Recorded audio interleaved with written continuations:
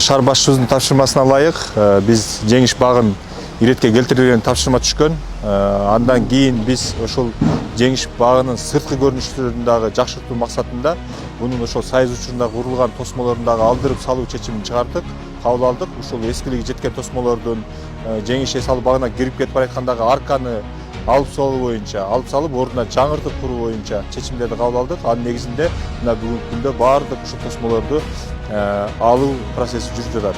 Андан сырткары ушул эле парктын айланасына тротуар төшөлөт, ушу Маяковский көчөбүз. Андан кийин асфальтын басабыз.